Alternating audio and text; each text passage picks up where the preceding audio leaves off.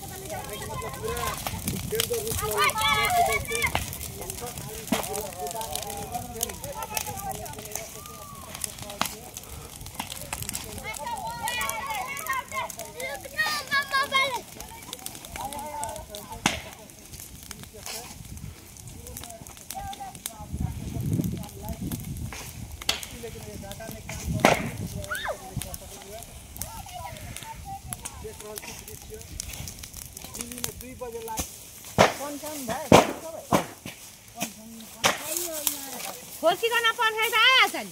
खोर्सी पनि पन्था छ क्या। यहाँ अहिले उहाँ मारेर उहाँ हामी मार्न जाँदा यहाँबाट यहाँ हेर न अहिले यहाँबाट मकैबाट झरेकै छैन आगो। यो कोचाले यतातिर फेरि फ्यालिदिएर हिँडेछ। ऊ यसै गरी पड्किएर चाहिँ आएको। ए पड्किएर आउँछ यहाँ हेर न ऊ हामीले मार्दै मार्दै मार्दै यसो गरी यता भर्खर यता माथि लागेको थियो नि आगो। अहिले डाइरेक्ट यता कसरी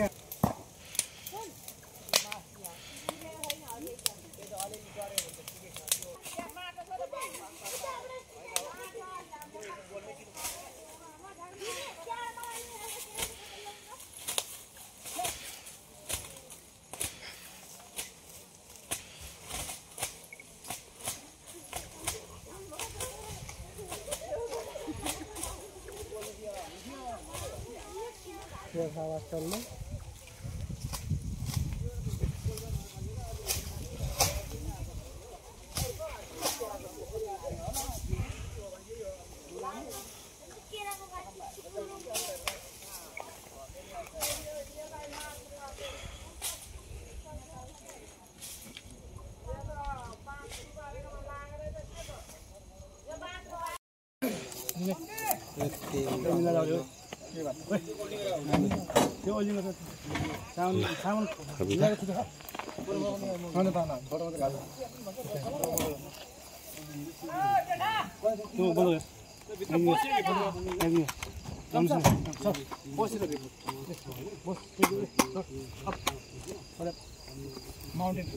र यो नियन्त्रणको प्रयास भइरहेको अवस्था छ।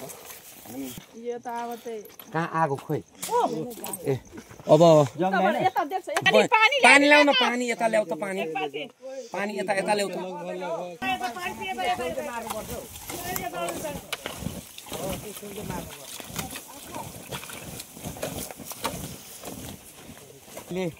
यो महसुस गरेका थियौं र त्यसबाट जोगिएको छ। पानी हाल्नु हाल्नु हाल्नु पानी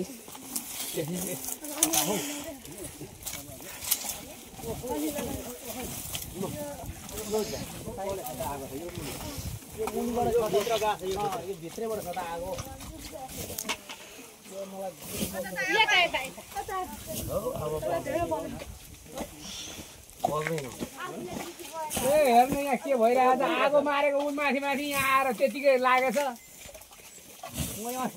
त्यही भने कुन चाहिँ यहाँ मुला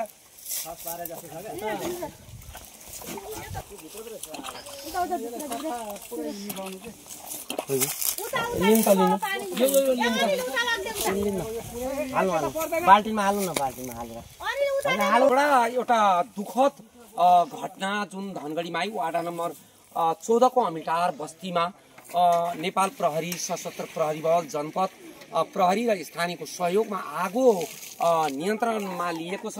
यद्यपि यो आगो सल्किन्छ कि र यसले बस्तीलाई प्रभावित गर्छ कि भनेर अहिले पनि स्थानीयले यसरी नै पानी बोकेर हेर्नुस् त यस्तो दुःखद अवस्था हुन्छ।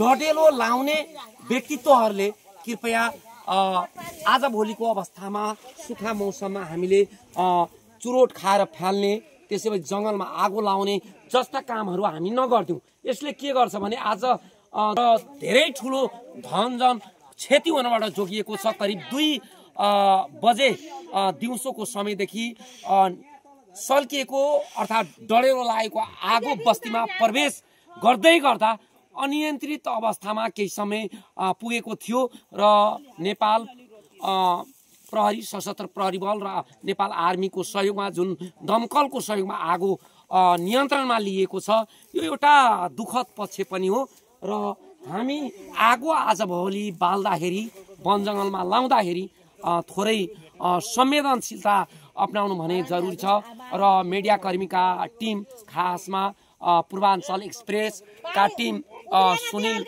शाह, जसलाई मैले वस्तुस्थितिको बारेमा फोन सम्पर्क गर्दाखेरि उहाँहरू टिमसहित वस्तुगत स्थलगत रिपोर्टिङको निम्ति अमिलटार बस्तीमा आउनुभएको छ। उहाँहरूलाई पनि म विशेष आभार प्रकट गर्दछु र धन्यवाद पनि दिन चाहन्छु। यसरी नै हामीले भवितव्यमा साथ सहयोग रहन भने जरुरी छ। यो दृश्य पनि देखाइदिनु होला एकपल्ट। यसरी दलबलका साथ आगोलाई नियन्त्रणमा लिएको अवस्था छ। के छ आन्टी, यो आगोको चाहिँ लाग्दाखेरि के अनुभव गर्नुभयो तपाईँहरू? दुःख त पायो होइन? धेरै दुःख पायो होइन?